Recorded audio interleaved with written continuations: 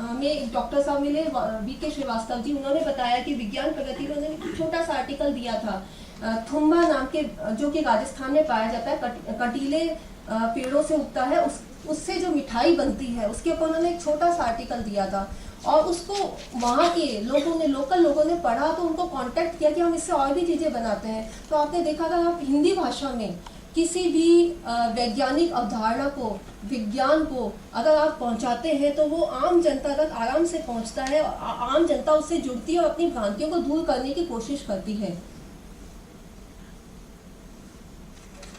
हालांकि कहना आसान है कि हिंदी में आप प्रकाशन कीजिए, पब्लिकेशन कीजिए, परंतु इसमें कई प्रॉब्लम्स आती हैं।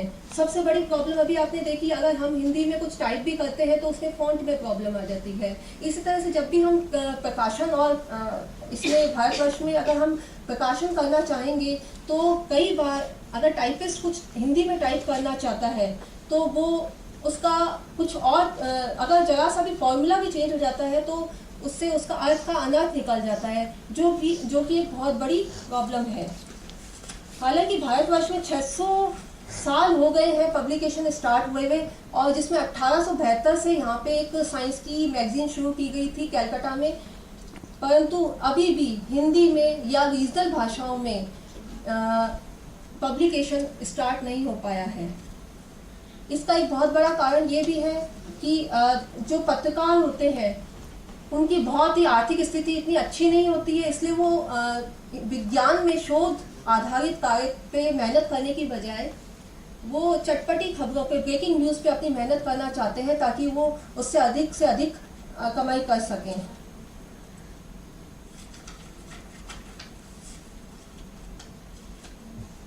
इसके अलावा एक और प्रॉब्लम देखी गई है कि भारतवर्ष में जितनी भी संगोष्ठियाँ, जितने भी कॉन्फ्रेंसेस होती हैं उसमें 99% कॉन्फ्रेंसेस, विज्ञान आधारित कॉन्फ्रेंसेस 99% जो है वो अंग्रेजी माध्यम में ही होती है, इंग्लिश में ही होती है, हिंदी में कोई भी अपने विचार प्रकट नहीं करता। इसलिए जो पत्रकार होते हैं वो उसके बारे में रिपोर्टिंग ढंग से नहीं कर पाते, क्योंकि वो टेक्निकल जो वर्ड्स होते हैं उसकी हिंदी में ट्रांसलेशन नहीं कर पाते हैं, उनके बारे में डिटेल में अपने पत्र पत्रिकाओं में छाप नहीं पाते हैं।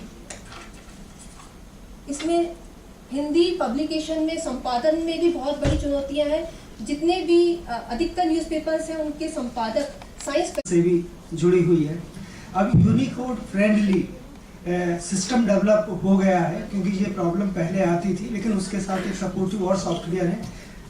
खैर वो एक अलग विषय होगा कि फ्री और ओपन सॉफ्टवेयर के एप्लीकेशन की हम लोग वकालत करें, इसके उपयोग की अगर वकालत करें तो बहुत सारी ये जो हमारे जो सॉफ्टवेयर हैं इनकी वजह से भी प्रॉब्लम आती है।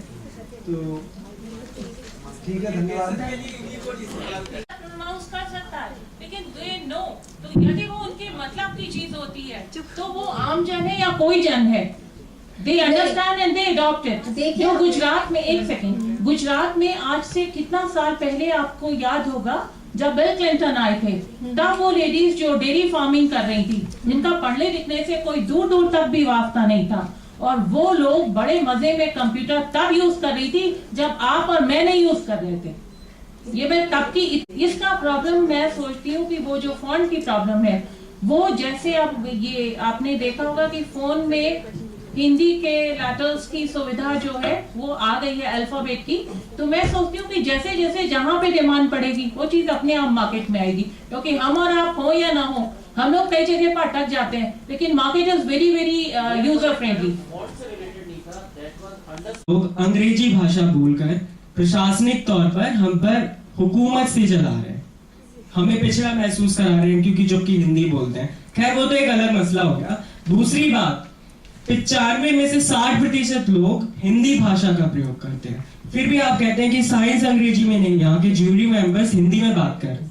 तीसरी बात, अगर आप उन 35% लोग जो कि अन्य भाषाओं के हैं उसमें इसकी पहुंच बनाए, हिंदी अंग्रेजी का मसला छोड़िए, वो तो चलता रहे, अलग उस 35% भाषाओं के लोगों तक इस बात को पहुंचाए, तो मैं मानूंगा, और यहाँ बैठा हर एक इंसान मानेगा कि उन लोगों तक अगर वो बात पहुंचती है जो कि अंग्रेजी का प्रयोग करते हैं, साउथ के लोग हो गए, नेपाली लोग हो गए, अलग लोग हो गए, तो मुझे लगता है कि हाँ विज्ञान को बढ़ोतरी मिलेगी। हिंदी और अंग्रेजी का नहीं, का इसमें मसला हमने तो जो हमेशा कहा है रहता कि है। रीजनल लैंग्वेज के थ्रू होना चाहिए। जी। आप जहाँ तक कह रहे हैं, हम साउथ में भी जाके आए थे, चेन्नई जाके आए थे, वहाँ पे जो टैक्सी ड्राइवर्स से हमने बात की तो वो हिंदी बेटर वे में समझ रहा है। वो कह रहा है मुझे इंग्लिश समझ में नहीं आ रही, या तो आप कन्नड़ या तो आप वहाँ की लोकल लैंग्वेज तेलुगु बोलिए या फिर आप हिंदी बोलिए, मुझे सब समझ में आ रहा है, क्योंकि वो संस्कृत बेस्ड ही है।